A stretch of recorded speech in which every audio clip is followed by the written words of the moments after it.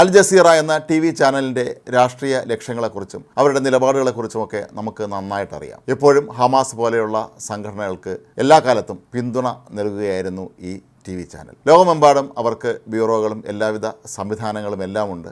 ഈ ഒരു നിലപാട് കാരണമാണ് ഇസ്രായേൽ സർക്കാർ ഇസ്രായേലിൽ ഈ ചാനലിൻ്റെ സംപ്രേഷണം നിരോധിക്കുക വരെ ചെയ്തത്. അവരുടെ നിലപാടുകളോട് പലപ്പോഴും ജനാധിപത്യപരമായ രീതിയിൽ ചിന്തിക്കുന്ന രാജ്യങ്ങൾക്ക് യോജിക്കാൻ കഴിയുകയില്ല എന്നുള്ളതിൻ്റെ വ്യക്തമായ തെളിവായി നിരവധി സംഭവങ്ങൾ നമുക്ക് പറയാനുണ്ട്. ഇപ്പോൾ ഇത് പറയാനുള്ള കാരണം കഴിഞ്ഞ ദിവസം അവർ പുറത്തുവിട്ട ചില വീഡിയോ ദൃശ്യങ്ങളാണ്. ഇപ്പോൾ ഇസ്രായേലും ഹമാസും തമ്മിൽ വെടിനിർത്തൽ കരാർ നിലവിൽ വന്നിരിക്കുകയാണ്. ബന്ദികളെ പരസ്പരം കൈമാറുന്നൊരു കാലഘട്ടം കൂടിയാണ് ഇപ്പോൾ. ഈ സമയത്താണ് കഴിഞ്ഞ ദിവസം അൽ ജസീറയിൽ ചില ദൃശ്യങ്ങൾ പ്രത്യക്ഷപ്പെടുന്നത്. അതിലൊന്നിൽ യാഹ്യ സിൻവർ ഒരു വടിയും കുത്തി തലയിൽ ഒരു തുണി മൂടിക്കൊണ്ട് നടന്നു വരുന്നതായി കാണാം. മറ്റൊരു ദൃശ്യത്തിൽ യാഹ്യ സിൻവർ ഒരു ഇന്റർനാഷണൽ ബ്രാൻഡിൻ്റെ ഷർട്ട് ധരിച്ചുകൊണ്ട് തറയിലിരുന്ന് ഒരു മാപ്പ് വെച്ച് കുറച്ച് ആളുകളോട് എന്തൊക്കെ ചർച്ച ചെയ്യുന്ന ദൃശ്യങ്ങൾ പുറത്തു വരുന്നുണ്ട്. ഈ ചർച്ച എന്ന് പറയുന്നത് 2023 ഒക്ടോബർ 7 ഇസ്രായേൽ ആക്രമിക്കാൻ വേണ്ടി നടത്തിയ ചർച്ചയായിരുന്നു. അതിൻ്റെ മാർഗ്ഗനിർദ്ദേശം ഇയാൾ നൽകുകയായിരുന്നു എന്നാണ് നമ്മൾ കരുതേണ്ടത്. അങ്ങനെയാണ് ഇപ്പോൾ പറയപ്പെടുന്നത്. ഈ ദിവസങ്ങളിൽ എന്തുകൊണ്ടാണ് ഈ ചിത്രങ്ങൾ പെട്ടെന്ന് ഈ TV ചാനലിൽ പുറത്തുവിട്ടത് എന്ന് ചോദിച്ചാൽ അത് കുത്തിത്തിരിപ്പിന് വേണ്ടിയാണ് എന്ന് തന്നെ നമ്മൾ പറയേണ്ടി വരും. കാരണം ഈ ദിവസങ്ങളിൽ ഇനി യാഹ്യ സിൻവറിന് പ്രത്യേകിച്ച് പ്രസക്തിയൊന്നുമില്ല.